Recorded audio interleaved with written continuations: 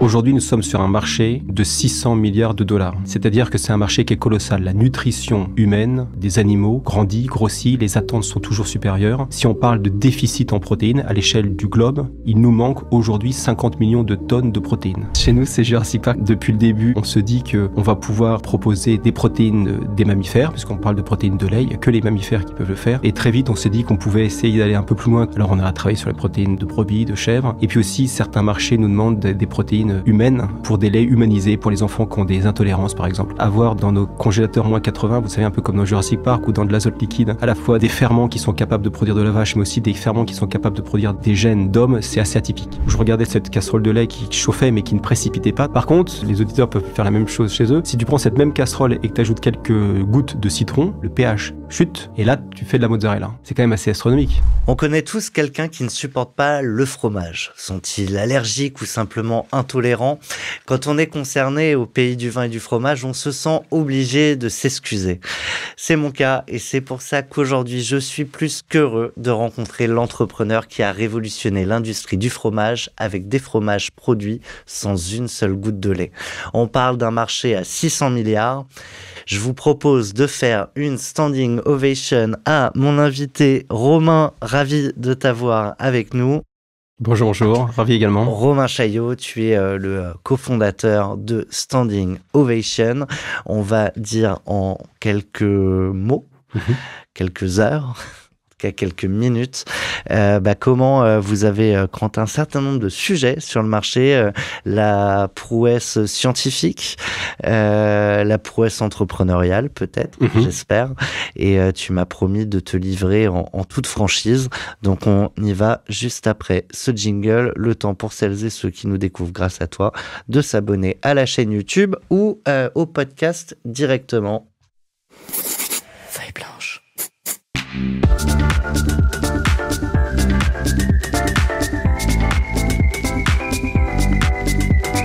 40 nuances de Next. Romain Chaillot est donc avec nous, il est microbiologiste, agronome et entrepreneur, il est peut-être aussi un peu magicien. Avec Standing Ovation, donc il s'attaque à un monument, la caséine, cette petite protéine reine du lait qui donne au fromage son goût, sa texture, sa magie pour celles et ceux qui aiment ça. Mais ici, pas de vache dans l'équation. Grâce à la fermentation de précision, Romain et son équipe reproduisent cette protéine sans origine animale. Résultat, une poudre qui change la donne pour la planète, pour l'industrie laitière et pour tous ceux qui pensent que Foodtech peut rimer encore avec poudre verte insipide. Alors, comment on passe d'un labo à un site industriel? Comment on signe avec les géants du secteur quand on sort de presque nulle part? Comment on tient la barre quand on produit une techno invisible mais au potentiel colossal? Et ben, c'est ce qu'on va voir ensemble tout de suite, Romain. C'est une deuxième intro pour la route. Bonjour, je pense que le planning est bien prévu. Je peux te dire merci pour ce fromage que je vais peut-être enfin pouvoir déguster avec plaisir. Écoute, moi j'aimerais bien que la prochaine fois, je t'apporte le fromage. On fait pas d'ailleurs que du fromage, on peut aussi te proposer des glaces, du yaourt, des laits moussants, des barres protéinées, du chocolat au lait sans lait de vache. Donc, en fait, partout il y avait de la protéine de lait. Exactement. Quelle que soit la forme de lait. Voilà. On peut proposer les mêmes produits, les mêmes choses qu'on déguste, mais sans le recours à l'animal. On fait aussi des belles crèmes fraîches. Enfin bon, bref. À chaque fois que le lait apparaît, on peut être là également. Alors, dit comme ça a l'air simple, mais derrière, c'est une découverte scientifique ou une transformation d'une innovation assez ancienne, la fermentation, mais adaptée. Vous étiez les premiers ou presque les premiers à être capables de le faire. C'est ça. Derrière Standing Ovation, il y a une grosse équipe de R&D. On est 35 aujourd'hui. Nous sommes 35 avec beaucoup de recherches, d'ingénieurs, de PhD, de docteurs qui ont remis au goût du jour une technique en effet assez ancestrale. La fermentation, c'est ce qui permet de transformer du sucre contenant du raisin en vin ou du houblon en bière. Nous, on est allé pousser le bouchon un peu plus loin. On utilise aussi des ferments, des bactéries, des levures, des champignons, mais avec la capacité de produire les protéines qui normalement étaient réservées au monde animal, au monde même des mammifères, la protéine humain compris. Humain compris, voilà. On a la capacité dans nos usines de produire 200 différents types de caséine. La caséine, c'est la principale protéine du lait. Depuis la vache, ça semble assez logique. On fait la brebis, la bufflonne, mais on peut aller même jusqu'à l'humain. Pour la mozza, ouais, ça c'est une belle burrata, c'est super bon. Et on peut même faire des gènes des protéines humaines pour les laits humanisés, pour des applications les laits infantiles. Voilà, les laits infantiles pour les enfants qui peuvent avoir des problèmes de digestion des protéines de vache. Donc, le champ des possibles, il est gigantesque.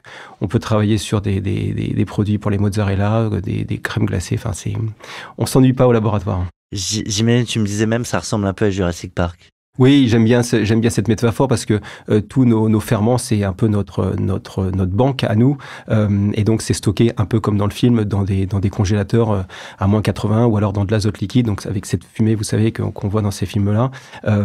Alors c'est important parce que ces ferments-là, c'est encore une fois la pépite de notre entreprise, et ensuite quand on les met à pousser dans des cuves, c'est là où ils produisent cette protéine de caséine. Nous, les cuves, elles font 160 mètres cubes, c'est-à-dire la taille d'un immeuble de 4 étages. C'est colossal. Donc, tu démarres d'une petite molécule. Exactement, d'une petite bactérie. Qui va grossir, ou se dédoubler, se multiplier jusqu'à faire 4 étages d'immeuble. C'est ça. Comme lorsqu'on inocule du jus de raisin pour en faire du vin, avec des levures, on fait la même chose, et hop, à la place de faire du vin, par contre, on fabrique cette belle poudre blanche de caséine.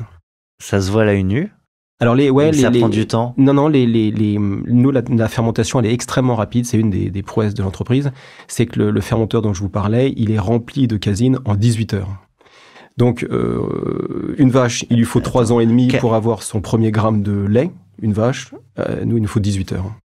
Un immeuble de 4 étages, ça représente combien de tonnes ou de kilos? Je me rends pas compte. Alors, donc c'est 160 mètres cubes et on est plutôt sur l'ordre de grandeur, c'est la tonne de protéines. Donc c'est pour ça que cette technologie-là, elle est à la fois, on pourra en parler peut-être plus tard, mais très respectueuse de l'environnement parce qu'elle est bas carbone, elle consomme très peu d'eau, très peu de terres agricoles, mais elle est aussi très efficace et donc elle participe de façon très puissante à la souveraineté alimentaire. C'est d'ailleurs pour cette raison qu'on travaille dès à présent avec le ministère de l'Agriculture qui voit en Standing Ovation aussi un asset pour assurer la souveraineté alimentaire de la France. Et alors, je te pique gentiment un peu, mais avec des questions que peut-être on se pose quand on t'écoute. Mais les éleveurs, ils en pensent quoi? Alors c'est un point qui est crucial pour nous. Moi, je suis ingénieur agronome de formation. J'ai des amis de promo qui ont continué dans le domaine. Il était inconcevable d'être en opposition frontale avec le monde agricole. De toute façon, ça ne pourrait pas fonctionner. On ne peut pas viser la nutrition et l'alimentation en France et être en opposition à l'élevage. Ça n'a pas de sens. Et donc depuis le début, et c'est une des caractéristiques de l'entreprise, on essaye de les faire participer à ce travail-là en leur expliquant vous êtes à la base de toutes les richesses agricoles de notre pays et moi, pour faire de la protéine, j'ai besoin de vos effluents, j'ai besoin de vos matières premières pour les transformer. Sans eux, je ne suis rien. Et donc, on est même allé encore un peu plus loin, on va jusqu'à valoriser des effluents des élevages pour les retransformer en protéines. Donc, on a une belle économie circulaire qui se met en place. Excuse-moi, mais comme je suis pas du métier, tu me parles d'effluents. Enfin, j'arrive pas à suivre la... Ouais. Alors, l'éleveur, il produit son lait. Le lait est caillé pour en faire du fromage ou autre. Il coule à travers dans le processus du petit lait qui peut être valorisé pour faire de la protéine qu'on peut retrouver dans les salles de musculation, par exemple. Et à la fin, toute fin, il y a toujours un peu de déchets, de l'eau qui est mélangée avec un peu de sucre, un peu de minéraux. Ça, c'est très acide, c'est pas facile, on peut pas le consommer.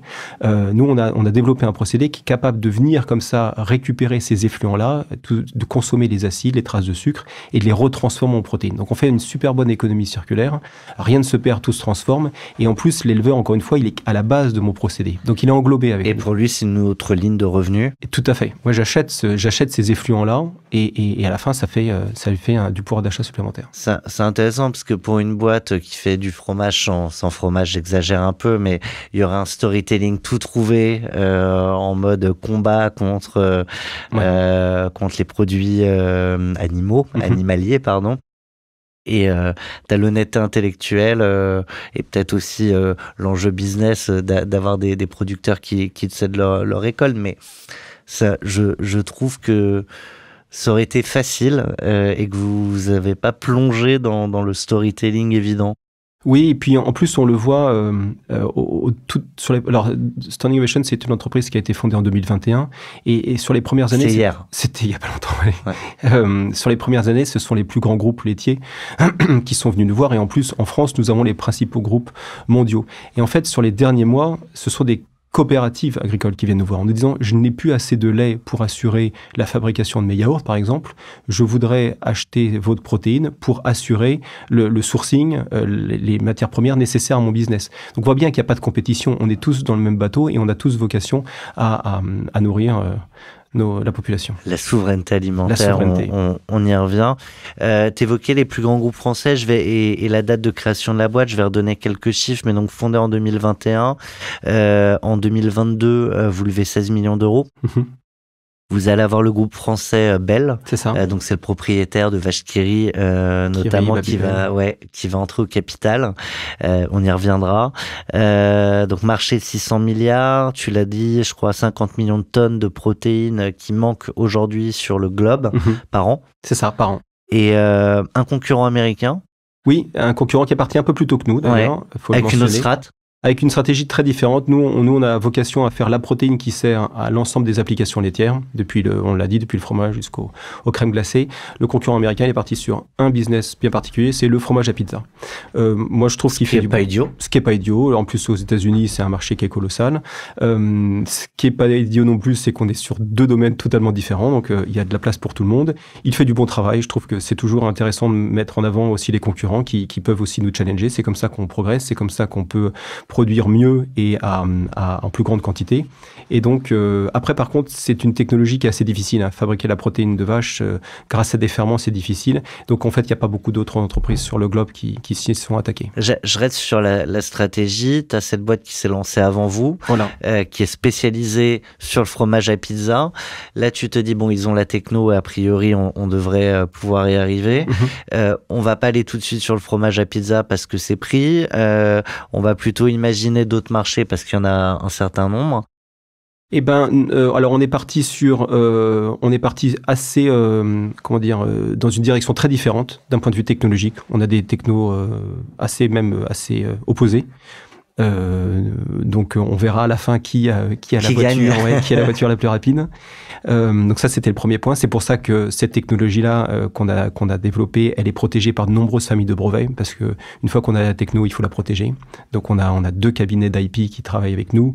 Il faut se protéger parce que on essaye de garder un peu cette avance technologique. Et ensuite sur les... C'est-à-dire, pardon, je te coupe, Romain, mais ça veut dire que sur la planète, des boîtes capables de faire ce que vous faites sur du fromage, du yaourt, du lait animal, du lait d'un peu de tout en fait, du lait humain, en fait vous êtes les seuls. On n'en a pas vu d'autres, non. On n'en a pas vu d'autres. Mais encore une fois... la France a cette avance technologique. Vous avez Lactalis, c'est le premier groupe mondial. On citait tout à l'heure Bell, ils sont dans le top 10 aussi.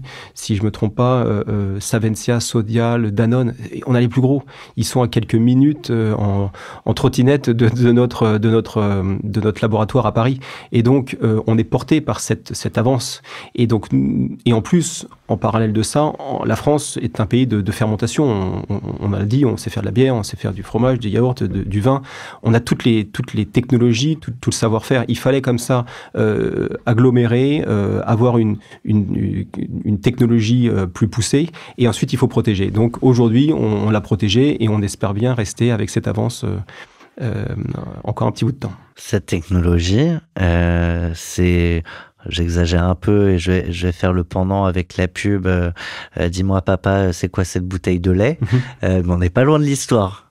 On n'est pas loin de l'histoire. Alors, cette technologie, oui,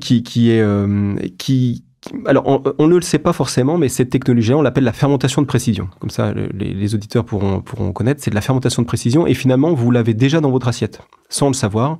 Aujourd'hui, quand vous consommez un fromage, si je reste sur le fromage, on a besoin de faire cailler du lait. Et pour faire cailler du lait, il faut de la présure. Dans 70% des cas, la présure ne vient pas de l'animal, elle vient de fermentation de précision. Aujourd'hui, tout de suite dans notre assiette. Donc, le consommateur ne le sait pas, mais il le consomme déjà. Et le producteur laitier a déjà énormément d'expertise et de connaissances sur la fermentation de précision. Donc, c'est pas quelque chose de nouveau pour lui. Je parlais de la présure, mais on peut dire la même chose de la vanilline, par exemple, ou des acides aminés, ou des vitamines. Tout ça, tous ces produits-là, on les consomme déjà et c'est fabriqué par fermentation de précision. Donc, il n'y a pas un processus réglementaire totalement farfelu. On n'est pas du tout, par exemple, sur de la viande de culture, où là, c'est tout à fait nouveau. Nous, on est sur de la fermentation de précision qui existe depuis 1990. Mais je reviens sur l'histoire avec ton fils et je vois cette bouteille de lait. Alors en l'occurrence, je pense à la casserole, mais je veux bien que tu me racontes la genèse d'une boîte qui est en train de révolutionner un secteur et qui démarre avec un gamin, je sais pas quel âge il avait à l'époque. Il avait 2-3 ans. Ouais, voilà. Alors oui, c'est vrai qu'il y a souvent, à l'origine d'une entreprise, il peut y avoir aussi une histoire personnelle.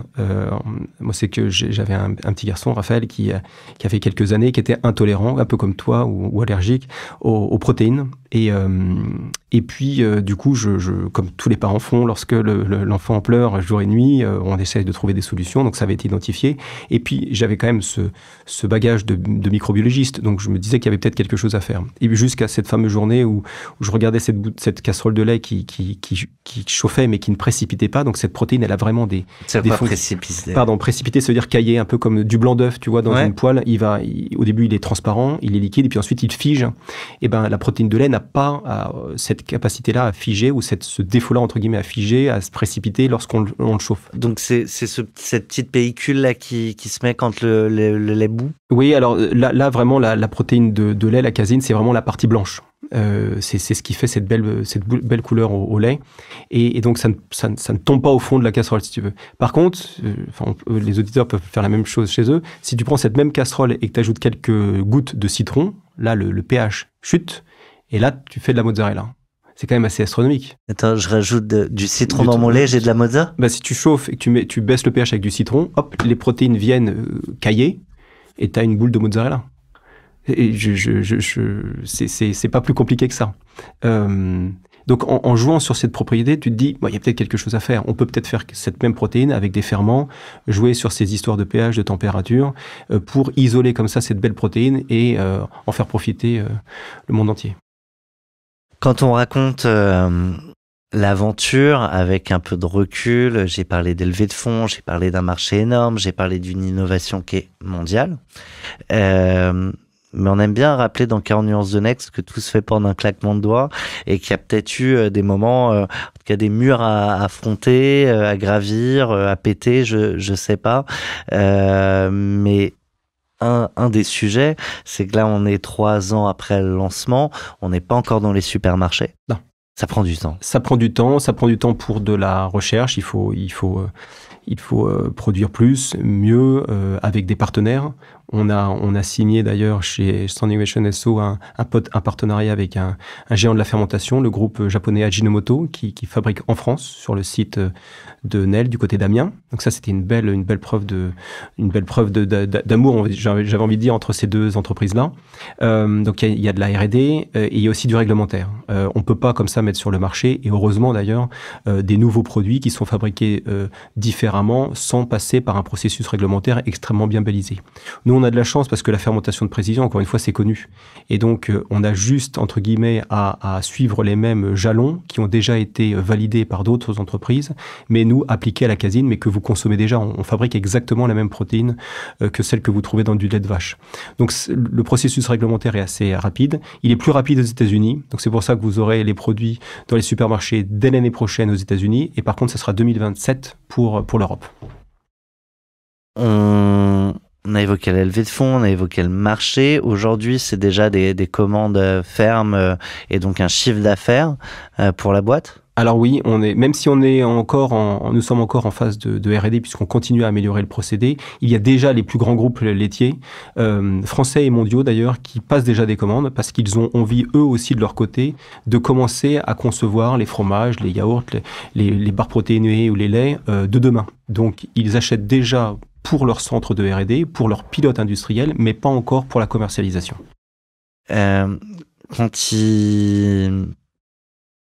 ils viennent te voir, ils essayent de prendre tout le marché à leurs petits concurrents.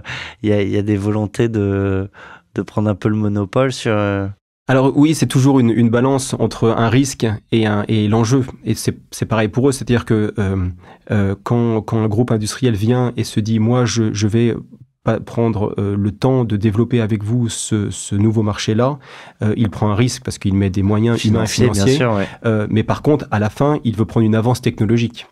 Si le groupe français Bell est venu dès 2021, c'était pour avoir une avance technologique. Par contre, la contrepartie, c'est qu'ils font partie de l'effort de guerre avec nous, puisqu'ils ils nous aident à améliorer aussi cette visibilité, cette pénétration sur le marché. Donc voilà, c'est du risque, mais un avantage. Ça se montre comment un deal comme ça? C'est que ils vont avoir les produits en avance de phase par rapport à d'autres clients industriels. C'est tout à fait ça. Ils prennent un risque, ils disent par contre, je voudrais avoir cette protéine-là en avance. Donc les premiers lots que vous fabriquez, ils sont pour moi. Et ça se comprend tout à fait. Au fur et à mesure où l'entreprise grandit, on a la possibilité comme ça de fournir de plus en plus d'acteurs et dans des domaines de plus en plus différents. On a commencé avec le fromage, ensuite on a migré vers les yaourts, vers les glaces, là les crèmes fraîches, les barres protéinées et hop, maintenant l'avion vole et il peut délivrer beaucoup plus de caséine. Mais typiquement, tous ces nouveaux produits, ils viennent de demandes justement des industriels qui voient tous les produits dans lesquels ils vont avoir besoin de ces différentes protéines, ou c'est vous, une fois que vous avez compris que vous avez la secret sauce, vous avez réfléchi à tous les endroits où vous pouviez la mettre en place? Alors on essaye d'avoir toujours un temps d'avance, parce que comme ça nous permet de mieux comprendre le potentiel de notre protéine et donc derrière de mettre le bon prix. Ne pas savoir le potentiel de son produit, c'est prendre le risque de ne pas avoir le bon prix et les bons volumes associés à un deal qu'on pourrait être amené à signer. Donc on essaie d'avoir un cran d'avance et donc c'est pour ça que dans notre bâtiment, dans notre laboratoire à Paris, on a les personnes qui sont en charge de la fermentation, mais on a aussi en charge un laboratoire d'application. Même si nous ne vendons pas les produits finis, nous on fait du B2B, donc on vend de la protéine, on a quand même vocation à designer, à optimiser les produits finis pour avoir toujours ce savoir un peu en avance de phase sur quels sont les potentiels de notre protéine. Je prends un exemple. Dans votre labo, vous avez sorti un camembert. Ah, on en sort toutes les semaines. On sort là, je suis parti tout à l'heure, ils étaient en train de faire de la glace parce que j'ai un glacier qui vient lundi, un Italien en plus, donc faut pas déconner. Faut pas se louper. Donc on avait de la glace, des camemberts, on en fait tout le temps parce que c'est un peu notre Madeleine de Proust. À nous, on a commencé par un camembert, donc on aime bien toujours. Et puis il est bon. On a de la crème fraîche et puis on a des startups où t'as les machines à bonbons, alors nous, etc. Vous c'est les camemberts. Exactement. Et bizarrement, on a quand même plus de volontaires pour déguster quand on fait des cookies ou du chocolat au lait que pour un camembert. Mais non, ça sent bon. Et puis ce laboratoire, il est fabriqué c'est un U. Et donc on tourne comme ça autour d'un patio. Et donc les effluves de cookies ou de barres chocolatées diffusent comme ça. Donc c'est assez agréable. Ça embarque. Je reste sur la construction du prix. Je me rends pas compte de comment tu calcules le prix d'une protéine. Est-ce que tu pars du prix que vaut une protéine de lait, ou est-ce que tu y ajoutes tes frais, ton innovation, etc. en disant ça a une valeur un peu plus importante parce que de toute manière je vais être capable d'amener un volume qu'ils sont pas capables d'aller chercher aujourd'hui. Donc de fait, ils pourront pas développer leurs produits sans nous. Alors oui, il y a plusieurs angles d'approche. Je vais peut-être commencer par la toute fin. Ouais. La toute fin, nous serons à parité coût. Nous ne devons pas produire une protéine de lait, même si elle est sans le recours à l'animal, même si elle est décarbonée. Nous ne devons pas produire plus cher que la protéine animale. parce qu'à la fin, les industriels qui travaillent avec nous ils ont des coûts qui sont projetés. Exactement. Donc, on n'est pas là pour nourrir la population avec un produit qui va coûter 2, 3 fois plus cher. Donc ça, Sinon, tu n'auras pas la même pénétration de marché. Exactement. Ce sera pour quelques happy few. Voilà, et puis voilà, exactement. Et puis le pilier de la boîte, c'est quand même de participer à l'effort de souveraineté. Et donc, on n'est pas là pour faire, si je reprends un Babybel, 3 fois plus cher. Ça n'aurait pas de sens. Donc, à la fin, on est à la cost parity, comme ils nous disent tous, la parité coût. En amont, lorsque on commence les gros volumes de commercialisation, là par contre, on est dans une autre logique. On n'est pas encore à la parité coût, mais par contre, on doit tendre ouais. et produire et vendre à des coûts, à un prix, j'ai du mal, supérieur au coût de production. On n'est pas là pour perdre de l'argent. Nos investisseurs seraient pas contents. Et encore plus en amont, pendant la phase de R&D, on est les seuls aujourd'hui. Donc là, le prix est totalement disproportionné par rapport. Nous sommes les seuls à proposer sur le marché ces quantités-là de casine à cette qualité-là. Donc le prix, on le fixe. Et aujourd'hui, ils payent tous. Alors, je pourrais pas malheureusement donner le prix parce que ça fait partie des contrats, mais ils payent tous à temps. Ils payent tous à temps un prix qui n'a aucun rapport avec le prix de la protéine animale. Mais parce qu'ils misent sur l'avenir. Ils misent sur l'avenir et ils veulent avoir cette avance technologique. Je veux avoir accès dès maintenant à cette protéine-là pour gagner les 1 année, 2 années d'avance qui vont me permettre de sortir mon yaourt ou mon fromage plus tôt et avoir comme ça la priorité sur un nouveau marché existant, qui n'existe pas encore. Et si on se projette, il faut combien de volume pour arriver à cette parité coût? Pas tant que ça. Nous, une seule usine suffit à avoir la parité coût et notre usine, elle sera en capacité de produire 2000 tonnes de casine par an. Et une seule nous permet d'avoir la parité coût. C'est rapide, hein. La boîte est déjà très rapide puisque elle a été fondée en 2021, série en 2022 et là on est en 2025 et on a déjà des lots qui partent et qui sont commercialisés. Et finalement, dès la première usine qui tourne à plein régime, on accède à la parité coût. Donc là, vous êtes en pleine création de l'usine. Alors on a fait le choix en France. Voilà, on a fait le choix de commencer par des partenaires pour ne pas avoir ces 2 années de construction d'usine et à supporter en effet le coût de construction. On a la chance, c'est que ce procédé-là, il est assez simple à monter, faire le scale-up, la montée en échelle. Et donc, on avait des partenaires qui ont fait comme ça une due deal, un audit de plusieurs mois. Et à la fin, ils nous disent, je pars avec vous et de façon exclusive. Ça, c'est une belle preuve de partenariat solide. On en a comme ça plusieurs. On a déjà communiqué sur Ajinomoto et dans les prochaines semaines, on va communiquer sur un prochain qui est en train de signer. Pareil, un acteur que tout le monde connaît et qui a misé à nouveau sur Standing Ovation. Donc, voilà. Là, vous êtes en train de projeter cette usine. Voilà. Elle va voir le jour où? Alors, aujourd'hui, nos partenaires sont français. On a aussi un partenaire européen et on est en train de regarder pour accélérer un partenaire indien. Donc, toi, on est vraiment en train d'aller multiplier les partenaires. Par contre, la création d'usine, elle sera en France pour des raisons assez simples. On a la techno en France. On sait construire des usines de fermentation. Le deuxième point, c'est que les matières premières sont françaises. On a un pays où on a des matières du sucre, on a de l'eau, on a de l'électricité décarbonée. Et tous les gros industriels de l'agroalimentaire, ils transforment en France? Alors, oui, alors le principal chemin, c'est d'utiliser la poudre de casine, soit de la transformer en France, mais on peut aussi, puisque c'est de la poudre, c'est assez facile à transporter, on peut aussi l'envoyer dans les pays qui seront les pays consommateurs. Parce qu'une fois qu'on a rajouté l'eau, le sucre, ça coûte plus en transport. Exactement. Ouais. Donc, vaut mieux transporter la poudre plutôt que le produit fini. Ça rappellera à plein de gens tout un tas de DNVB où tu vends la poudre et on rajoute l'eau et ça fait de la magie. Donc là, pour l'instant, vous avez mis de côté le défi industriel en tant que tel avec tous ces partenaires.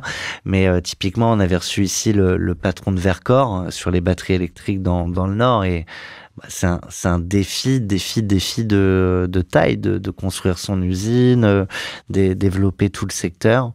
C'est pas facile, mais il y a des projets industriels qui sont plus simples que d'autres. De la fermentation de précision, ça reste des cuves qui brassent un milieu A qui est transformé en produit B. Et cette technologie-là, elle est bien maîtrisée. Si on a signé un partenariat avec Ajinomoto, c'est parce qu'Ajinomoto a déjà la compétence, a déjà la capacité à fabriquer, à produire par fermentation des protéines destinées à l'alimentation. Donc les risques industriels, ils ont quand même été sacrément fortement atténué, ouais. Mais alors, quel intérêt à un moment de vous dire, on va créer notre propre usine? Alors, si tu as des partenaires avec qui tu peux dérouler très rapidement, passer à l'échelle très très rapidement. C'est une très bonne question parce que le choix c'est un choix important et d'ailleurs peut-être que ce choix-là ne devra pas être fait. On peut très bien envisager de continuer comme ça avec des partenaires qui partagent les coûts de production, qui partagent aussi les revenus bien évidemment. On peut faire le choix de travailler avec des licences, c'est-à-dire qu'on apporte une souche, on apporte un procédé, une souche de production, on apporte un procédé et on demande à un industriel de fabriquer pour nous. Donc là on n'a même pas besoin de s'occuper de la partie industrialisation. C'est aussi une possibilité. Et le troisième volet, c'est la propre construction d'usines. Ça, c'est intéressant et on discute déjà avec des industriels, ça peut peut-être intéresser du monde. Tout à l'heure, je disais que nous avons la capacité de valoriser des effluents qui aujourd'hui ne le sont pas. Et ce sont des effluents de l'industrie laitière. Ces effluents-là, autant se mettre bord à bord avec les industriels qui les génèrent, pour ne pas avoir à transporter ces effluents-là et ne pas dégrader ce qu'on appelle l'analyse de cycle de vie, mon impact environnemental. Donc en fait, j'aurais peut-être aussi... Au cul de la ferme, tu produis tes fromages. Tout à fait.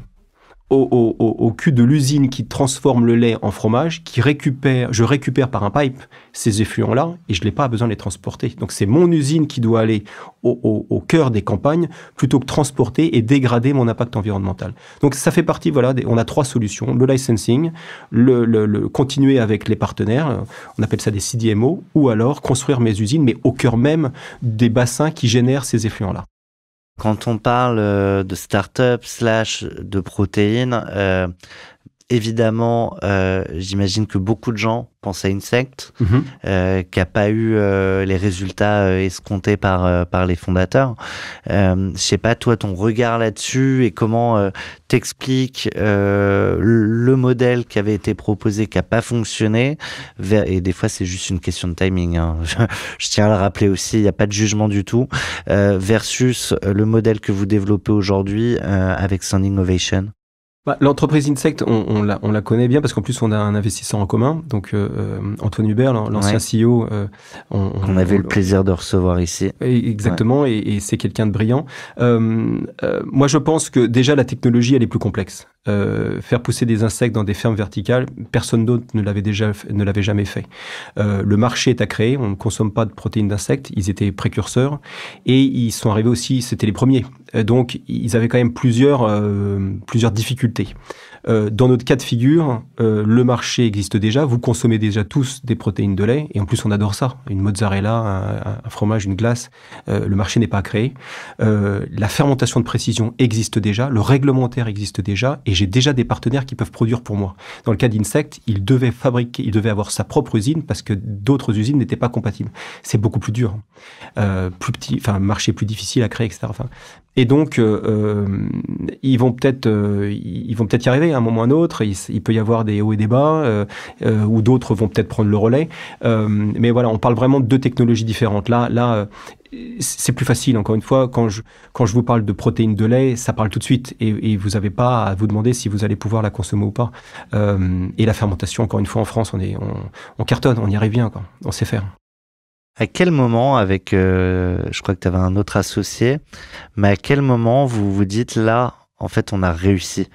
Tu vois, il y a ce moment un peu magique, j'imagine, quand on est chimiste, biologiste ou que sais-je, mais que l'expérience qu'on a décidé de mener fonctionne. Oui.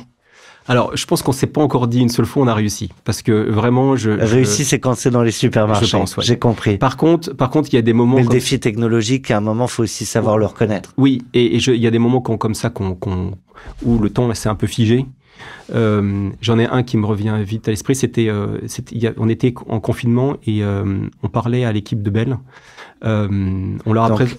La marque, la boîte qui détient les marques Vacherie, Babybel, etc. Tout à fait. Qui avait fait un audit d'un peu plus d'1 an pour identifier sur le globe quelle était l'entreprise qui pouvait être en capacité de produire des protéines de caséine sans le recours à l'animal. On arrive en toute fin de procédé, on était petits, on était moins d'une petite dizaine, même pas. On n'était même pas dans une même pièce. Je leur ai montré devant la caméra un échantillon de poudre de lait. Ils m'ont dit, viens nous le présenter la prochaine fois. Et Quelques semaines plus tard, on leur a présenté, on leur a mis 1 kilo sur la table et on leur a apporté 3 camemberts. Ils nous ont regardés en se disant, ils sont gonflés parce qu'on leur avait pas demandé de faire des camemberts et puis ils nous font déguster un camembert. Les 3 camemberts ont été consommés et là, le temps s'est un peu figé. On s'est dit, en sortant de cette réunion, on s'est dit, je sais pas ce que ça va donner, mais on a fait quelque chose de sympa. La protéine qui n'a jamais vu de l'animal était 100% identique à celle de l'animal. On l'avait même transformée. Un camembert, c'est pas simple. Hein, on a l'impression que mais il y a du coulant sous la croûte. C'est une petite prouesse, et puis ça a mis du temps avant d'être évolué, et puis hop, nous, en quelques semaines. Et Attends, vous avez ce rendez-vous avec Belle. Jusque-là, vous n'aviez jamais sorti un camembert. Alors, on l'avait dégusté, on l'avait fait déguster à nos investisseurs. Tout à l'heure, je parlais de... Oui, donc vous aviez déjà... vous n'avez pas tout recréé pour ce rendez-vous-là. Non, mais par contre, là, on le faisait déguster à des gens qui savent ce que c'est, quoi. Des fromages, ils en mangent. Oui, les investisseurs, on peut toujours leur raconter 2-3 choses, mais... Alors, ils ont moins les papilles développées, on va dire. Non, là, ça rigolait pas. Ça rigolait pas. Et puis, il y avait du bon monde. Il y avait des personnes qui sont en charge de ce type de deal. Il y avait aussi le contrôle qualité, j'imagine. La directrice scientifique. Alors oui, il y a une anecdote qui était marrante. Je sais pas s'ils sont d'accord pour que je la sorte, mais ils m'ont demandé Ils sont d'accord, je viens de leur demander. Ils sont d'accord. Et ils m'ont dit, ce camembert, vous avez vérifié la microbiologie? Bien évidemment non. J'avais fait ça dans ma cuisine, on était 5. La microbio, elle n'avait pas été... C'est quoi la microbio? Pardon, c'était vérifier qu'il n'y avait pas des souches... parce que quand je fais cailler mon lait et que je le fais maturer et que je mets des ferments d'affinage, pour le camembert, c'est camemberi par exemple, pour avoir, vous savez, cette belle croûte blanche, il faut faire attention qu'il n'y ait pas un agent, une autre bactérie, une autre levure qui viendrait provoquer tel ou tel... Et qui après pourrait engendrer des problèmes sanitaires. Voilà. Ou sanitaires, ok. Et donc, il me demande, est-ce que tu as vérifié?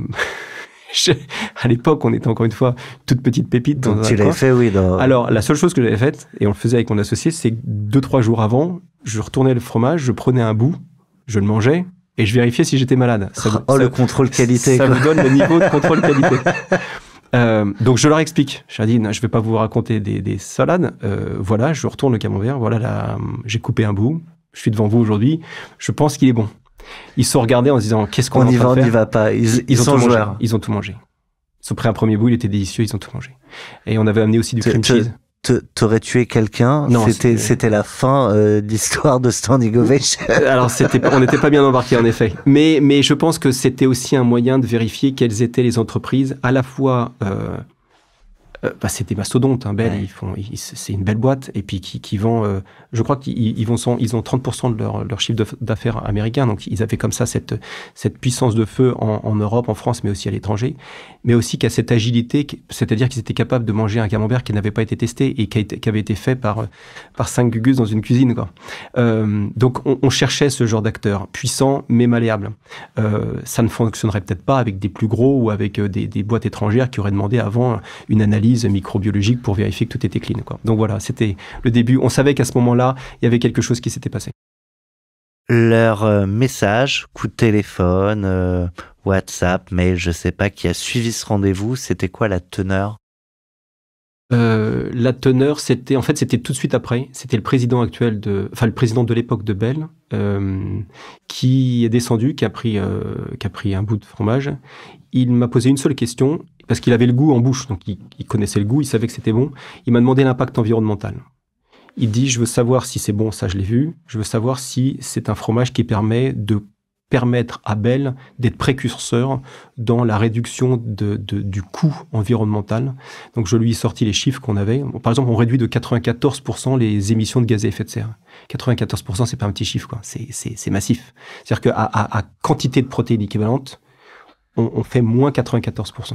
Ça représente quoi? Tu l'as peut-être pas, mais je te le demande, parce que j'avais été bluffé par un autre entrepreneur à ce micro qui faisait du ciment. Oui. Bas carbone. Oui, oui. Et en fait, le ciment / le béton, c'est 4% ou 6% des émissions mondiales. C'est colossal. Donc, quand tu réduis de 50% ou de 90% un sujet qui en fait 4 à l'échelle mondiale, pour atteindre les objectifs de l'accord de Paris, c'est phénoménal. Ouais.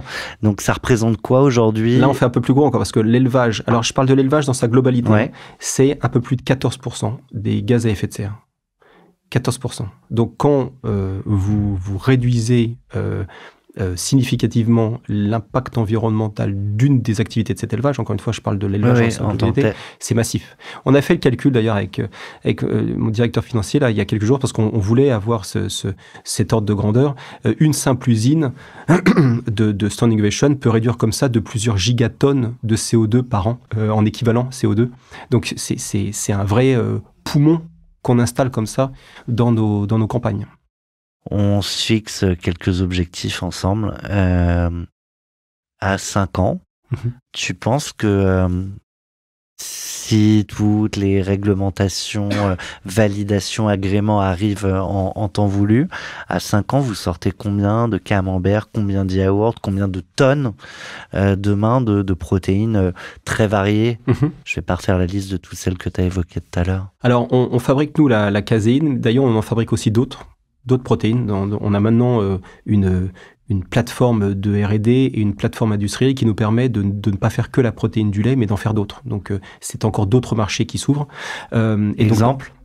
Par exemple, on a des protéines qui peuvent aussi alimenter le marché du pet food, des animaux de compagnie. C'est un marché qui produit beaucoup. On a aussi un gros déficit. On avait aussi cette capacité-là à faire des protéines bas carbone avec la bonne digestibilité, avec les bonnes proportions d'acides aminés pour nos toutous, nos petits chats. Et donc, c'est aussi un produit qu'on propose. Dans 5 ans, on est aux milliers de tonnes. Milliers de tonnes de protéines purifiées. Donc, si vous considérez, par exemple, un cream cheese, on va être à un peu moins de 10%, il faut multiplier ça par 10.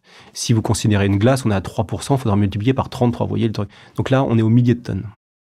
Ça fera combien de camembert? Un camembert, si on... Je mesure tout dans ma vie en nombre de camembert. C'est une bonne échelle. Camembert, on est plutôt à 20% de protéines, donc on va multiplier par 5. Okay. Donc c'est déjà une belle boîte. Ça commence à être significatif. Et il faudrait quoi pour faire encore plus? Parce que si vous êtes les seuls aujourd'hui à être capables de le faire, j'imagine que d'autres vont tenter de prendre le... Oui, de prendre le même chemin. Ouais. Et ben, à nous de continuer à développer le procédé pour toujours avoir cette avance technologique. À nous de signer toujours avec les acteurs. Alors d'ailleurs, avec des acteurs, on a commencé avec les plus grands parce qu'ils étaient visionnaires, ils avaient les moyens de miser sur nous. Et on voit que progressivement, ce sont des plus petits qui viennent maintenant nous voir, qui sont aussi très rapides, qui peuvent aller vite, qui peuvent sortir des produits très rapidement. Donc on a une bonne balance entre les deux. Donc à nous, comme ça, de continuer à se diversifier. Il y a, on parle de série A, c'est un peu tôt pour envisager l'exit. Néanmoins, avec même un industriel qui rentre, alors certes minoritaire, mais j'imagine que soit ça a déjà été discuté, ou vous avez peut-être été déjà approché, ou en tout cas c'est forcément dans les projections d'une manière ou d'une autre dans les années / décennies à venir. Alors là, aujourd'hui, on ne parle pas de ça. On est d'ailleurs on est en train d'essayer de relever un peu d'argent pour continuer à accélérer. Donc, c'est plutôt la série B qui est le sujet sur nos lèvres en ce moment. Pour les exits, il y a plusieurs solutions. Il peut y avoir l'introduction en bourse, il peut y avoir le rachat. Et d'ailleurs, le rachat, ça peut concerner différents types d'acteurs. Ça peut être les industriels qui, comme tu viens de le dire, diront moi, j'ai besoin d'avoir une source différente de protéines pour compléter, pour assurer la pérennité de mon business. Mais là, si tu as un industriel, tu prends pas le monde. Ah non, non, tout à fait. Exactement. Deuxième option, et on voit bien que il y a plusieurs comme ça qui tapent à la porte, il y a ceux qui détiennent la matière première, et souvent on parle de sucre, donc les sucriers sont très puissants, ils disent moi, plutôt que faire du bioéthanol par exemple, pourquoi je me lancerais pas dans le food? Pourquoi je transformerais pas mes coproduits de l'industrie du sucre en protéines à haute valeur ajoutée? Donc et en France on a aussi des bons sucriers.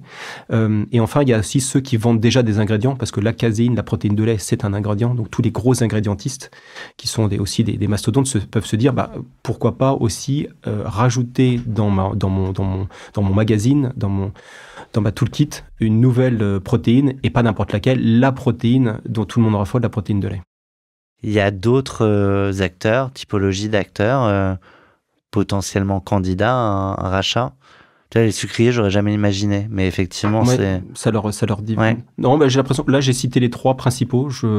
Donc, ceux qui transforment, ceux qui ont la matière première, ceux qui ont les produits finis, et puis les ingrédientistes, oui. Je disais tout à l'heure, tu es microbiologiste, tu es agronome, tu es aussi entrepreneur. Alors, il n'y a pas d'école pas totalement, où tu apprends à devenir dirigeant. Mais après, il y a l'entourage, où parfois on se fait un peu embarquer. Je crois que ton père était entrepreneur aussi. Oui, alors mes parents étaient entrepreneurs, avaient une entreprise, donc c'est vrai que... Ensemble, voilà. Okay. Pas forcément la chose la plus simple à faire, un couple entrepreneur, un couple dirigeant d'entreprise, je suis pas certain de recommander, mais en tout cas les enfants... Il y a 2 écoles. Il y a vraiment 2 écoles, t'as pas mal de couples d'entrepreneurs qui réussissent et d'autres qui s'écharpent. Là, je trouve qu'ils ils ont réussi, mais c'est vrai que c'est du coup c'est 24 heures sur 24. Il n'y a pas de sas de décompression. En tout cas, ce qui a fait que mes 2 sœurs et moi-même, on a baigné dedans depuis le début et bizarrement... tout le monde gravite dans cet univers. La petite sœur vient de créer son entreprise il y a quelques années maintenant d'architecte intérieur. Je ne sais pas si c'est le papa ou l'entrepreneur qui te pose cette question, mais on a les traditionnelles questions surprises. Dans 40 nuances de Next, je te propose de l'écouter. Vous avez un message. Coucou Romain, c'est papa. La règle de ce podcast aurait voulu que j'intervienne en te posant une question de manière à aiguiller ta conversation sur des aspects différents et peut-être plus intimes. Mais ce n'est pas une question que je vais te poser ici. Non. Alors je veux en effet profiter de l'occasion qui m'est donnée pour parler de cette préoccupation qui est la tienne, de faire en sorte que tes recherches et tes découvertes ne se fassent pas au détriment du monde agricole, mais au contraire, en l'accompagnant et en s'appuyant sur lui. Nous qui vivons ton aventure de l'intérieur depuis maintenant plusieurs années, nous avons pu constater que cette problématique était présente depuis les tout débuts. Et ton intention d'inscrire la production industrielle dans un schéma d'économie circulaire est une nouvelle preuve de cette volonté profonde. Et rien que pour cela, c'est standing ovation. Alors, tu peux compléter un peu au-delà de ce que t'expliquais tout à l'heure. Oui, c'est vrai que avec mes parents, on parle souvent de l'entrepreneuriat, de l'entreprise, de la trajectoire, parce que j'aime bien aller chercher des informations à droite à gauche et pas uniquement dans le domaine de la microbiologie ou de la fermentation. Et puis ils ont ce parcours-là qui me permet de m'aiguiller. Je pense que mon père Bruno fait référence au fait que j'aime bien aussi aller au contact des éleveurs et m'inspirer aussi de techniques finalement ancestrales. J'ai des amis, Benoît, Laurence, pour pas les citer, qui finalement mettent en place une économie circulaire à leur échelle. Valoriser les produits d'une partie de l'élevage pour servir d'intrant pour une autre partie de l'élevage, ça existe depuis la nuit des temps. Les déjections de la vache venaient fertiliser les légumes, etc. Enfin, vous voyez On fait la même chose à grande échelle. J'utilise des effluents de l'industrie laitière pour faire de la protéine, de lait, qui retourne à l'industrie laitière. Et le mou de fermentation, c'est-à-dire le milieu de fermentation, à la fin, je l'utilise comme fertilisant pour les terres qui permettent de générer le sucre dont j'ai besoin. Rien ne se perd, encore une fois, tout se transforme. Et j'ai pas besoin d'aller puiser comme ça des ressources nouvelles dans la terre. Et j'ai pas besoin aussi d'aller chercher des ressources en dehors de France. Donc, c'est toujours bien de s'inspirer de quelque chose qui est peut-être plus petit, mais qui a été optimisé comme ça pendant des millions d'années. Effectivement, dans les recettes de grand-mère, il y a souvent beaucoup à aller chercher. C'est ça. Il y a beaucoup de sens derrière la mission que vous êtes fixée avec Standing Ovation, et t'en as évoqué beaucoup, mais l'environnement, la circularité, la souveraineté alimentaire, produire en France, créer des emplois en France, pour le coup, c'est une entreprise où tu peux aller te mesurer à pas mal de missions avec des enjeux ultra forts. Oui, et puis en plus, alors c'est tout à fait ça. Et en plus, on a la conviction qu'on n'y arrivera pas tout seul. C'est pas possible ça d'être dans sa bulle et de se dire parce que j'ai mes bons brevets, parce que j'ai ma bonne techno, je vais y arriver tout seul. À un moment ou à un autre, il faut aussi pouvoir s'appuyer sur des entités qui sont puissantes, qui sont fortes. Donc je travaille avec les laboratoires publics, avec l'INRAE, je travaille avec les industriels dont on a cité, dont on a parlé, je travaille avec les CAF coopératives, les éleveurs. Quand on va se discuter avec la FNSEA, je vous garantis que c'est pas simple au début. Et puis finalement, en fait, une fois qu'on se met autour de la table, ils voient bien toute la richesse et toute la circularité qu'il peut y avoir. On travaille avec des chercheurs, etc. Donc, à la fin, on n'y arrivera pas seul. Et aujourd'hui, on fait un bon, on a un écosystème qui est très puissant. Donc, ça participe aussi à ça. Je te trouve d'une humilité à la fois déconcertante et enthousiasmante.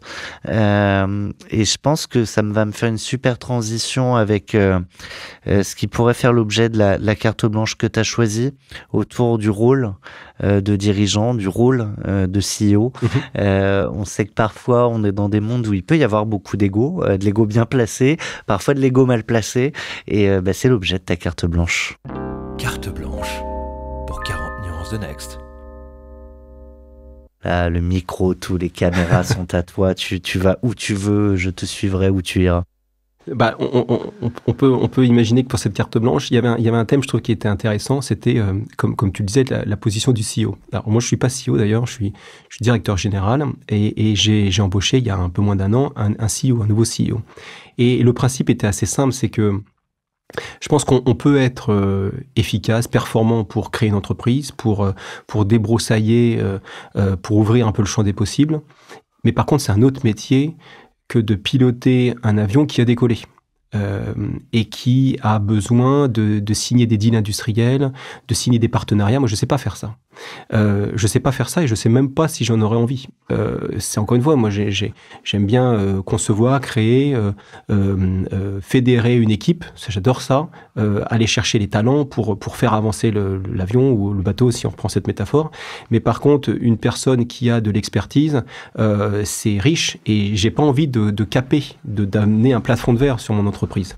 Alors c'est peut-être pas c'est pas assez courant, je trouve, en France. On a cette image un peu du fondateur qui devient CEO et qui sera toujours là, indéboulonnable. C'est beaucoup plus commun dans d'autres pays où en fait les fondateurs prennent ou vont chercher les CEO qui vont représenter, driver, piloter l'entreprise parce qu'ils en ont les compétences.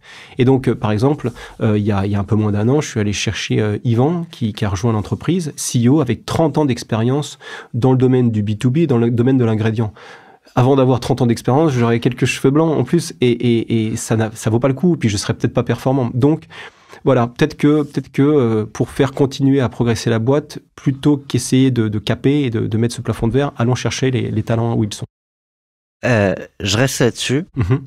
À quel moment le sujet se pose? Alors je sais que tu vas voir ton associé on en parlera peut-être tout à l'heure, mais qui va quitter la boîte, qui est un sujet en soi et vraiment on y reviendra. Mais à un moment, tu aurais pu te dire nouveau challenge et en fait d'aller chercher ton propre plafond de verre et une fois que tu le rencontres, éventuellement de décider. Donc, qu'est-ce qui a créé la décision finalement très rapide? Est-ce que c'est avec les membres du board où la question se pose, mon associé s'en va, c'est lui qui assumait cette casquette de CEO. Donc, ça veut dire qu'il faut le remplacer, donc trouver un autre CEO. Évidemment, le CEO naturel, c'était toi, par principe, par usage. Et donc, qui met le sujet sur la table? Est-ce que c'est l'extérieur avec toute la bienveillance qu'il peut y avoir et encore une fois sans le jugement sur ta capacité à, mais qui amène ça sur la table et comment c'est amené et comment c'est en fait très vite tranché? Alors c'est un bon point. L'idée c'était, je pense que pour que l'entreprise fonctionne bien, il faut qu'on soit tous alignés. On peut pas tirer dans un sens et puis l'actionnariat ou les investisseurs tirent dans l'autre. Ça, c'est la meilleure solution de planter la boîte. Donc, la meilleure solution, c'est d'en discuter. Ce qui est simple, c'est que avec les investisseurs actuels, on a très vite abordé ce sujet-là après le départ de mon associé, dont on parlera un peu après. Et très vite, je leur ai dit, c'est pas ce que je veux faire. C'est pas ce que je veux faire parce que la boîte mérite mieux. Je savais qu'on avait quelque chose de joli. Je savais qu'on était en train de faire des belles choses. Ça peut être très intéressant. D'ailleurs, je l'ai fait pendant une petite année, le temps de trouver le CEO. Je me suis éclaté. Franchement, j'ai trouvé ça passionnant, mais j'ai mieux à faire. Et j'ai mieux à faire et je pense qu'on peut faire beaucoup mieux que ce que je faisais. Donc, j'ai levé un peu d'argent. Donc, j'ai touché à ce truc-là. On a fait une extension de Serie A. J'ai signé des deals. Je suis allé représenter la boîte. Enfin, c'était très intéressant.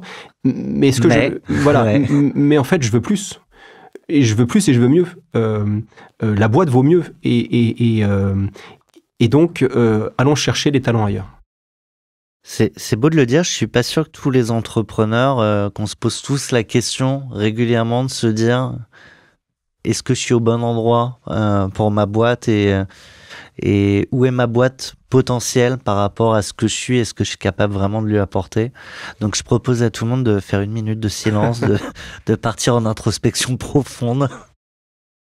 Oui, alors je pense que la meilleure logique intellectuelle à se poser, c'est de se dire je préfère me poser la question moi plutôt qu'un jour on me la pose. Je trouve ça c'est horrible ça. Si un jour on me dit t'es sûr que t'es vraiment la bonne personne, c'est qu'on a peut-être loupé une case quoi. Donc c'était bien de le faire encore une fois, mais Standing Ovation a de plus grandes ambitions et aller chercher une personne comme le CEO qui est arrivé, qui arrive avec ce bagage, c'est la bonne réponse quoi. Parenthèse, vous lancez dans le processus de recrutement d'un CEO, j'imagine vous envoyez quand même pas qu'un. Pas mal. Là, c'est pareil, tu vas décider Alors, est-ce que c'est recruter un talent parmi d'autres? Peut-être que c'est juste ça. Ou est-ce qu'une dimension supplémentaire? Non, ouais. Pour ceux qui sont juste en audio, tu as eu un petit hochement de tête qui fait clairement une dimension supplémentaire. Ouais, non, ça c'est le binôme, quoi. C'est parce qu'on a le fondateur d'un côté et puis il y a la représentation de l'entreprise de l'autre, c'est le pilote de. Moi j'ai construit l'avion et il le pilote quoi. Et on continue bien sûr à le construire collectivement. Donc non là il faut vérifier qu'à la fin les talents, il y aura une bonne combinaison. Et ça se fait assez difficilement parce que tu peux pas savoir. Enfin, tant que tu sais pas, tu sais pas. Hein. Donc on essaie, on se voit plusieurs fois. Tu vois tous les membres du board. Exactement. Je l'ai fait voir aussi tous les membres de mon comité de direction. Je voulais qu'ils s'entendent avec le directeur scientifique, le directeur réglementaire, le directeur d'industrialisation, enfin tout le monde, la com, le marketing, pour essayer de déceler s'il y avait la moindre aspérité qui pourrait à la fin gêner. Parce que imaginez, je recrute. 6 mois plus tard, on se rend compte que lui, comme moi, c'est pas la bonne personne. C'est catastrophique. C'est dur, ouais.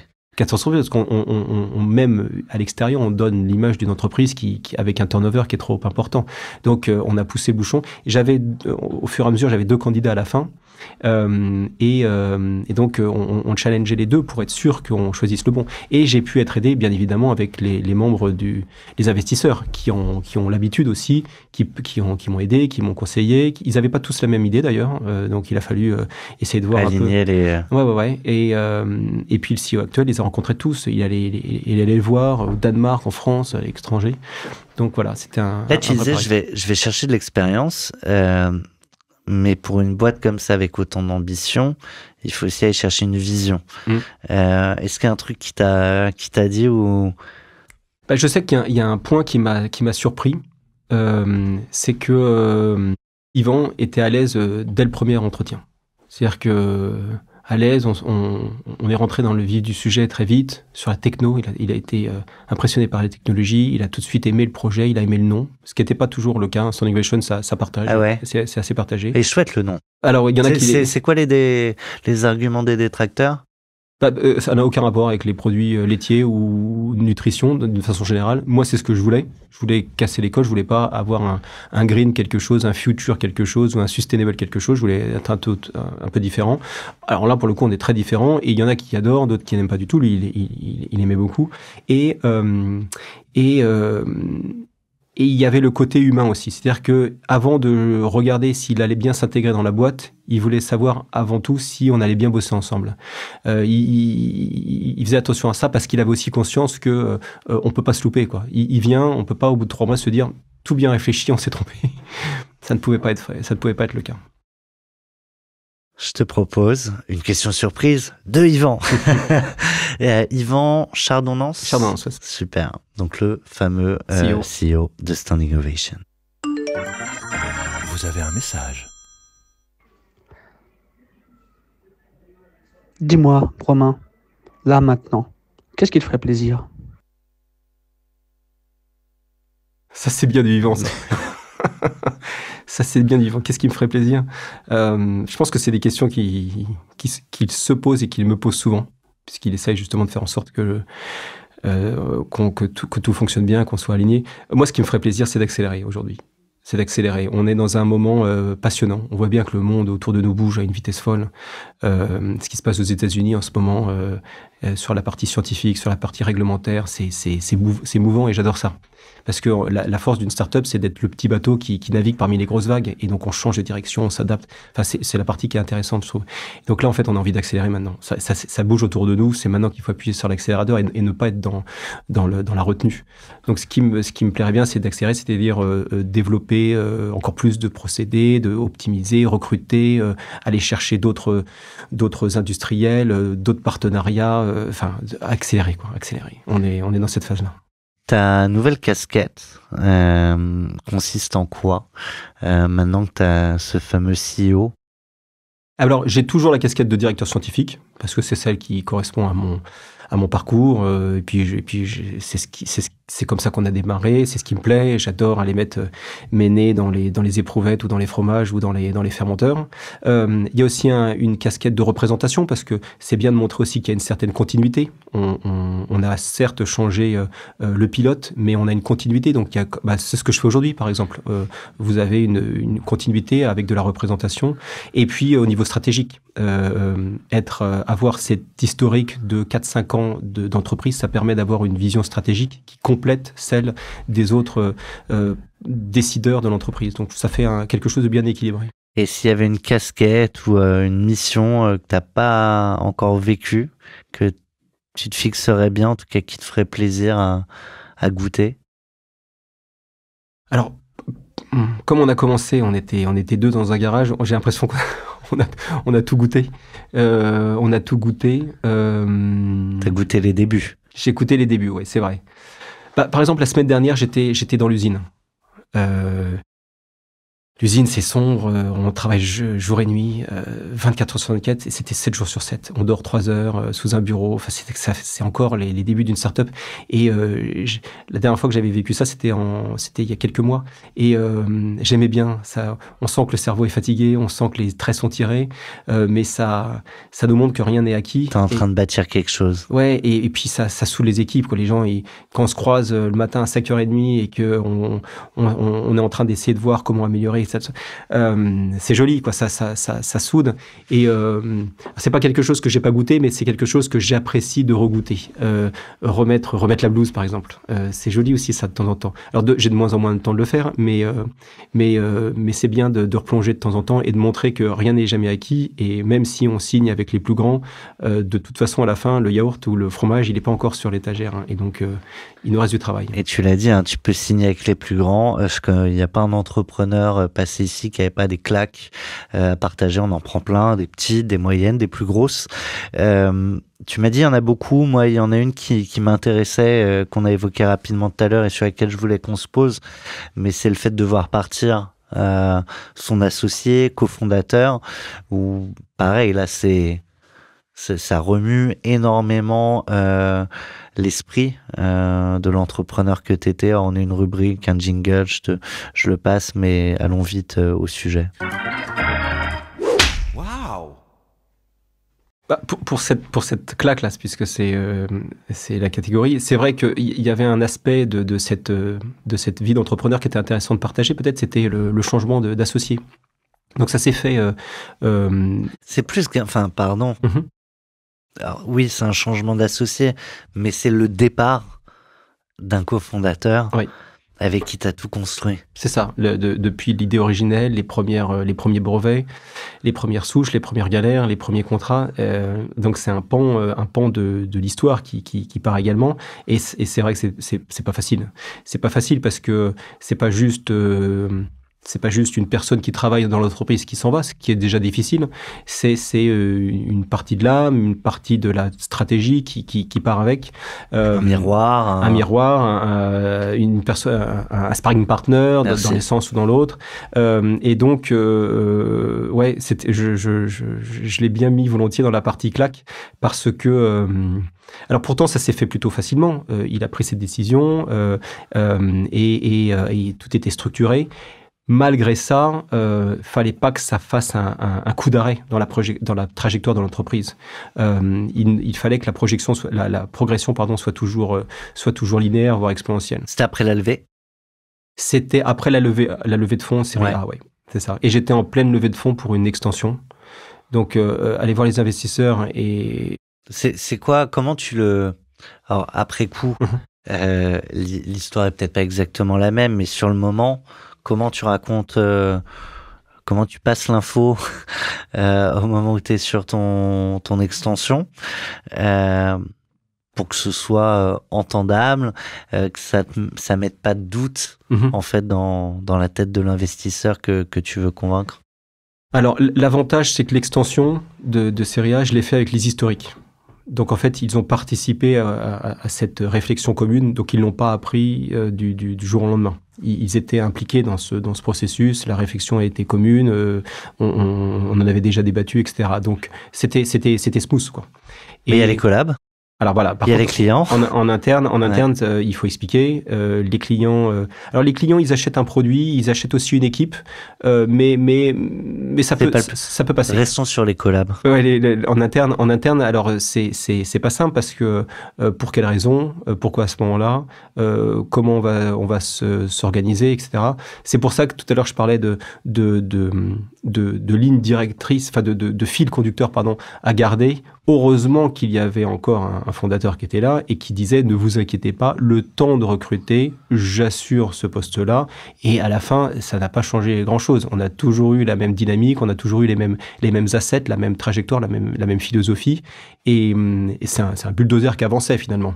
Mais n'empêche qu'il y a un peu de pédagogie à mettre en place. Y a-t-il un fondateur dans l'avion? Oui. Après, tu l'as dit, hein, c'est bulldozer, ça avance et en fait, je pense que presque malgré toi ou avec toi, de toute façon, t'as embarqué dans l'aventure. T'as pas eu un moment de mou au moment où, typiquement, tu sais que là, ton associé, ton cofondeur, ferme la porte derrière lui du bureau de l'usine, que sais-je. C'est la dernière fois, en tout cas. Ça veut pas dire que tu parleras plus jamais, mais c'est quand même un moment clé. C'est là où l'équipe doit être forte. C'est là où à tous les niveaux de l'entreprise, il faut que chacun regarde devant soi et se demande pas si quelqu'un va faire le job à sa place. Là, on était tous dans notre couloir et il fallait pas qu'il y en ait un qui trébuche. C'est-à-dire que mon directeur financier a repris une partie du job, j'ai repris bien évidemment une partie du job. Mon directeur industriel, par exemple, il s'est mis à négocier des contrats avec moi parce que on s'est dit, tu sais quoi, on va le faire ensemble, et il l'a d'ailleurs fait très bien. J'ai la communication, on avait notre directrice de communication qui a aussi eu un périmètre plus large. Chacun a pris des responsabilités, des épaules. Et puis il fallait coordonner tout ça, mais à la fin, les gens sont performants, les gens se disent, de toute façon, c'est le but d'une start-up, c'est de vivre, de naviguer dans un océan, et puis là, c'est une vague supplémentaire. Mais de toute façon, il n'y en aura pas qu'une de vague, et on va la passer comme on passe les autres, quoi. On a une question de Laetitia, de Panafieux, qui est une de tes investisseurs, si je dis pas de bêtises. C'est ça. Et écoute, on l'écoute. Comment le binôme investisseur-entrepreneur doit fonctionner pour maximiser les chances de succès de l'entreprise? Ça, c'est une bonne question aussi. On parlait du rouage. C'est jamais simple. C'est jamais simple, mais pourtant, ça fait beaucoup. Alors, Laetitia de Panafieux, c'est Astanor, hein, et Astanor, ils ont investi dans l'entreprise depuis le tout début. En BSAR à l'époque, ensuite série A, ensuite extension de série A, et puis là, on est en train de parler de série B, donc en fait, ils nous suivent depuis le début. BSAR, bon de souscription par d'action, et le R. Faudra demander à mon directeur. allez. Je demanderai à mon... Bref, ouais. Et donc, c'est un binôme avec Laetitia qui a été créé depuis le tout début. Elle a dégusté les premiers fromages, elle nous a présenté les premiers autres investisseurs, etc. Comment ce binôme doit fonctionner? Je pense que c'est avec une interaction extrêmement fréquente. On ne peut pas avoir une direction qui ne soit pas aligné avec les investisseurs et avec les board members. À chaque fois qu'on a des investisseurs, à nos micros, dans nos studios, tu as toujours cette question, comment tu choisis les entrepreneurs sur lesquels tu vas miser? Globalement, la réponse est à peu près toujours la même, l'équipe. Après, il y a plein de nuances, de subtilités, mais globalement, c'est ça. Ce qu'on interroge un peu moins, c'est les entrepreneurs sur comment eux vont choisir les investisseurs pour aussi, et ça prolonge la question de Laetitia, pour que la relation fonctionne. Ouais. Alors, sur la première question, sur le côté investisseur, je trouve qu'il y a l'équipe, mais l'équipe qui sait se remettre en cause. Et l'équipe qui n'arrive pas avec une stratégie rigide. S'il y a bien quelque chose que je vois, c'est si on arrive en se disant ne vous inquiétez pas, je vais vous expliquer comment ça marche et ça va aller du point A au point B, l'investisseur va pas accepter parce que de toute façon, tout le monde sait, ça va jamais être ça. Donc il y a 3 pivots avant d'aller au point B. Exactement. Donc ils vont chercher avant tout une équipe super malléable. Et Astanor et Laetitia le martèlent assez souvent. Inversement, moi j'aimais bien parce que Astanor, ils ont cette connaissance des protéines. Ils ont dans leur équipe des grands noms. L'ancien CEO de Danone, par exemple, travaille avec Astanor. C'est pas simple, c'est pas commun, d'avoir ça, d'avoir ce type de ressources. Et c'est eux déjà qui étaient allés sur les protéines animales. Sur les protéines d'insectes, c'est eux. Ouais, c'est pardon. Ça. Ouais. Et donc, ils ont cette expertise, des choses qui marchent, des choses qui marchent moins bien. Et puis, ils ont les compétences, quoi. Et donc, ce binôme-là, c'est un binôme qui doit toujours en permanence vérifier qu'il n'y a pas un papier de cigarette entre nos deux visions, quoi. Donc, on mange régulièrement ensemble, on se voit déjà à chaque board, et on s'appelle toujours pour vérifier que la stratégie qui est adaptée, qui est choisie, elle est bien commune à nous tous, quoi. Bref, il faut se parler, quoi. Ça passe par la communication et ça passe par une vision commune. Nous avons vocation à proposer des protéines décarbonées, des protéines qui assurent la souveraineté alimentaire et à travailler en B2B avec les plus gros comme les plus petits. Si sur cette définition, nous ne sommes pas d'accord, ça sert à rien. Ça sert à rien. Juste avant qu'on se presque quitte, il y a une question de quelqu'un qui t'est proche, c'est ta compagne, Élodie. Et ce sera l'occasion peut-être aussi de parler de l'importance ou pas des proches. Quand tu montes ta boîte, quand tu veux la développer, on sait que tu le disais, beaucoup de joie, des moments complètement presque euphorisants. Puis c'est aussi face à ça des sacrifices. Ouais. Donc écoute, ce sera peut-être l'occasion d'en discuter. Vous avez un message. Une question que je me pose et que je n'ai pas eu l'occasion de te poser. Que se serait-il passé si nous avions déménagé à Boston il y a 4 ans et que nos projets de nouvelle vie là-bas n'avaient pas tourné court avec l'arrivée du Covid?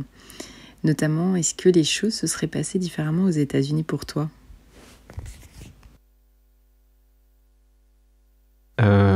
Alors, elle m'avait caché ces questions-là, faut que je en parle. Donc Élodie, c'est ma compagne, elle est aussi dans la bio, donc elle partage les joies, les peines d'une biotech. Alors c'est vrai qu'elle fait allusion à un changement de vie qu'on avait envisagé avant la création de Standing Ovation, c'était de partir à Boston. Elle travaille en pharma et en cancéro, donc c'est un bon site pour elle. Et puis moi j'avais envie de développer une activité, pourquoi pas là-bas. En fait, je pense que ça aurait pu être pareil. Je pense que peut-être même avoir un coup d'accélérateur un peu supérieur avec l'accès à des financements peut-être un peu plus rapides, plus ambitieux. Par contre, un changement de vie assez majeur. Et par contre, on n'aurait pas eu accès à autant de compétences, de talents dans le domaine de la fermentation et des produits laitiers. Je le répète, vraiment, on a cette chance en France d'avoir comme ça à portée de main des experts. Et peut-être que là, on aurait eu plus de difficultés. Après, on aurait fondé Standing Ovation tout autant. Et peut-être que ton fils t'aurait pas demandé. C'est quoi cette bouteille de lait? C'est quoi cette bouteille de lait? Il l'aurait donné en anglais. Oui. Alors, bon, par contre, ce qui est sûr, vu qu'on parle de l'aspect personnel, c'est que on emporte avec nous les joies, mais aussi les difficultés. Et puis, finalement, au laboratoire ou en biotech d'une façon générale, sur 10 expériences, il y en a 9 qui échouent. Donc, ça, tu le sais quand tu es dans ce monde-là. Exactement. Et donc, alors moi, j'ai du mal, par contre, à partir sur un truc en disant que ça va échouer. Oui, et puis surtout à fermer la porte et puis à déconnecter. Je suis certainement pas le seul dans les entrepreneurs. Hein. Et donc, et donc, quand j'arrive à la maison, j'emporte avec moi la charge poids, mentale. Ouais. D'ailleurs, elle avait trouvé une solution. À un moment, elle me disait, je ne peux pas toujours écouter tous les sujets que je mettais sur la table. Et pour autant, j'aimais bien confronter des idées avec elle, avoir un regard neuf. Mais parfois, ça fait trop, quoi. Et donc, elle me disait, si tu veux, on se met d'accord, quand on parle de ça... on se bloque des rendez-vous agenda. On va au resto. On discute boulot, autour d'un bon repas. Histoire que des deux côtés. Hein. Mais pour ça dans le salon tous les jours à la maison. Ouais, au bout d'un moment, il fallait un peu déconnecter. En tout cas, elle trouvait le besoin que je la laisse un peu dans sa bulle, quoi. Et je pense qu'elle a raison. Tu le sais d'autant plus si tu l'as expérimenté et que ça fonctionne. T'as pas mal d'entrepreneurs. Après, c'est normal au début de tout donner et d'avoir peut-être d'autant plus de sacrifices envers ses proches. Et t'en as qui, par contre, au bout du chemin, quand ils l'ont jamais fait, de prendre du temps pour eux, le regrettent amèrement. J'ai le sentiment que la nouvelle génération d'entrepreneurs a un peu plus conscience de ce sujet. Et en même temps, quand t'es piqué à l'adrénaline du développement de la boîte, c'est compliqué. Oui, c'est vrai qu'il y a un petit côté un peu addictif, quoi. C'est-à-dire que l'adrénaline qu'on a dans le labo, dans l'usine, on a du mal à s'en défaire. Moi, je fais jamais de télétravail parce que j'ai besoin de sentir cette atmosphère, d'avoir les gens qui gravitent, qui tournent autour de nous. Et après, chacun fait comme il veut. Mais en tout cas, il y a un besoin. Le week-end, je retourne parce que j'ai besoin d'avoir aussi cette atmosphère qui est plus constructive. Après, d'autres arrivent à déconnecter, à se mettre dans une bulle. Chacun fait comme il veut. Mais par contre, je suis d'accord. Pour les gens qui nous entourent, c'est pas forcément simple parce qu'ils n'ont pas forcément à être dans ce tourbillon-là. Et à vivre les joies et les galères, et tu projettes souvent ni pleinement l'un ni pleinement l'autre. Exactement. Le temps file, mon cher. Mais pour le coup, je vais pas te quitter sans te donner les pleins pouvoirs, au moins pour une journée.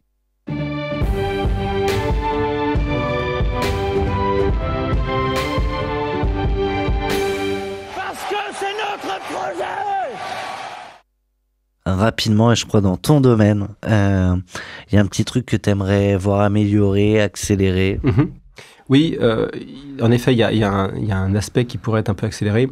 Je fais souvent le constat que lorsqu'on choisit un produit laitier ou autre, on a maintenant accès à pas mal d'informations. On a le goût, parce que nos papilles nous le donnent. On a le prix, parce que notre portefeuille nous l'indique.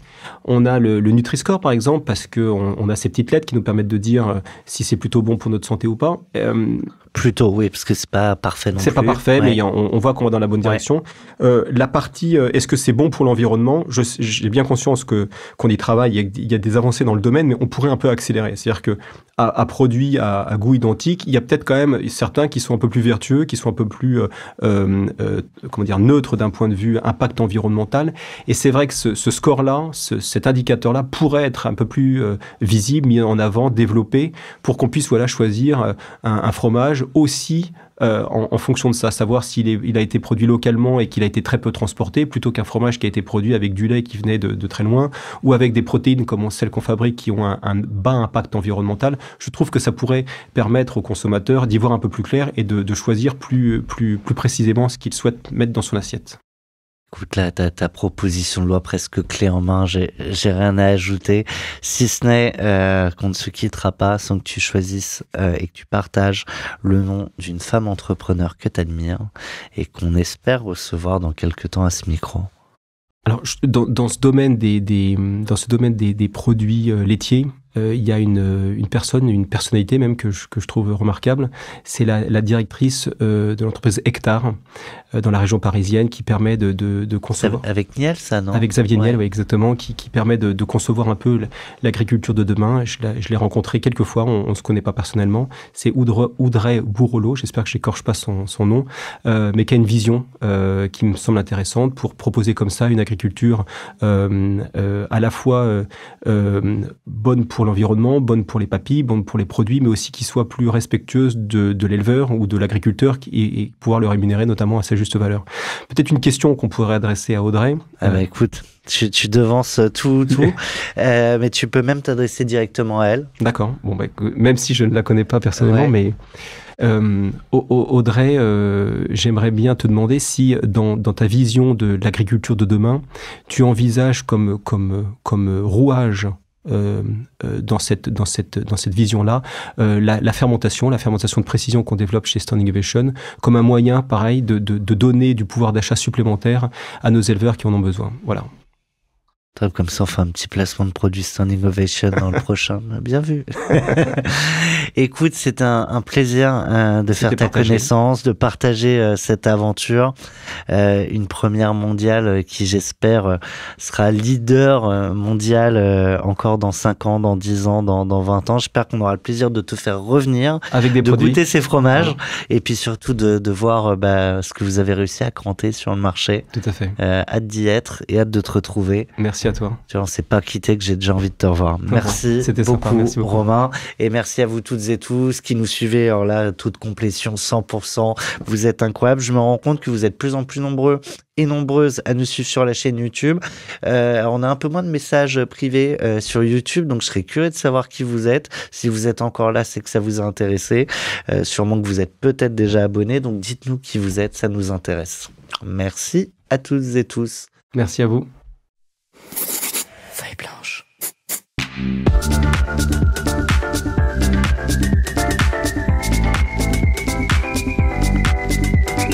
40 nuances de Next.